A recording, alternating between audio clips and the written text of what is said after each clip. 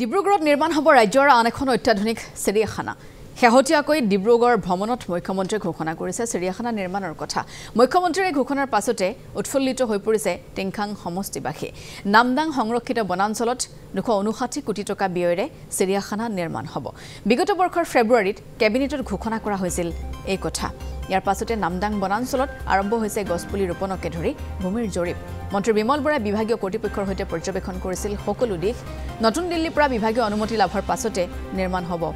চিৰিয়াখানা মুখ্যমন্ত্ৰী এদৰে ঘোষণা কৰাত উৎফুল্লিত হৈ পৰিছে স্থানীয় ৰাইজ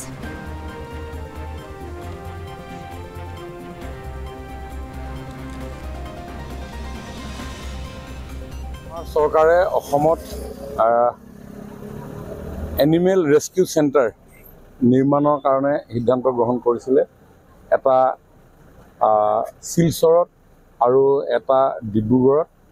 যাক আমি চিৰিয়াখানা বুলি কওঁ ইতিমধ্যে ডিব্ৰুগড় নামদাং বনাঞ্চলত নিৰ্মাণ হ'ব লগা সেই প্ৰস্তাৱিত জু কাম কাজখিনি আগবাঢ়ি আছে আৰু খুব কম সময়ৰ ভিতৰতে সকলো বিভাগীয় কৰ্তৃপক্ষৰ অনুমোদন পালে সেই কাম আৰম্ভ কৰিব পৰা যাব আৰু ইতিমধ্যে মাননীয় মুখ্যমন্ত্ৰী ডাঙৰীয়াই এই বিষয়ে খামটিঘাটত হোৱা সভাত তেখেতে ঘোষণাই কৰিছে মই ভাবোঁ যে এই প্ৰতিষ্ঠানটো নিৰ্মাণ হ'লে আমাৰ এই বৃহত্তৰ উজনি অসমৰ ছাত্ৰ ছাত্ৰীসকলে আমাৰ জৈৱ বৈচিত্ৰতা আমাৰ প্ৰাণী জগত ইত্যাদি সম্পৰ্কত যথেষ্ট জানিবৰ কাৰণে বুজিবৰ কাৰণে পৰিৱেশ পাব অসমৰ মাননীয় মুখ্যমন্ত্ৰীয়ে ডিব্ৰুগড় জিলা ভ্ৰমণ কালত আমাৰ তিনঠিঙীয়াত অৱস্থিত নামদাং বনাঞ্চলৰ চিৰিয়াখানা হোৱাৰ যি অগ্ৰগতি এই অগ্ৰগতি সম্পৰ্কত তেখেতে স্পষ্টভাৱে ঘোষণা কৰিলে যে আমাৰ ডিব্ৰুগড় জিলাত অৱস্থিত হ'বলগীয়া চিৰিয়াখানাখনত ততাতৈয়াকৈ তেখেতসকলৰ প্ৰচেষ্টাত আৰম্ভ হ'ব বুলি তেখেতে নিজ মুখে ঘোষণা কৰিছে এই ঘোষণাৰ পৰাই আমি তিনঠিঙীয়া অঞ্চলবাসী হিচাপে আমি বাতৰিটো পাই অতিশয় আনন্দিত হৈছোঁ যে আমাৰ এই চিৰিয়াখানাৰ আজি ঘোষণা কৰা প্ৰায় 2 বছৰ হ'ল যদিও আমি আজি যিটো বাতৰি পালোঁ এই বাতৰি পাই আমি অঞ্চলবাসী হিচাপে আনন্দিত হৈছোঁ আমাৰ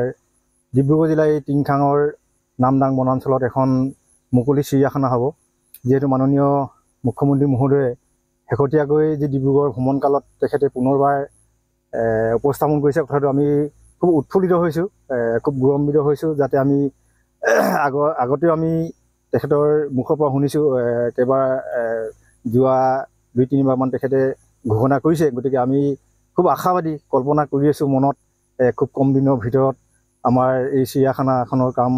আৰম্ভ হ'ব বুলি তেখেতে পুনৰবাৰ জনাইছে আমি খুব আনন্দিত হৈছোঁ ভাল লাগিছে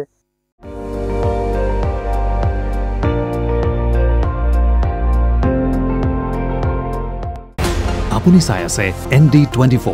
সৰ্বশ্ৰেষ্ঠ নহয় সৰ্বোত্তমৰ দৌৰত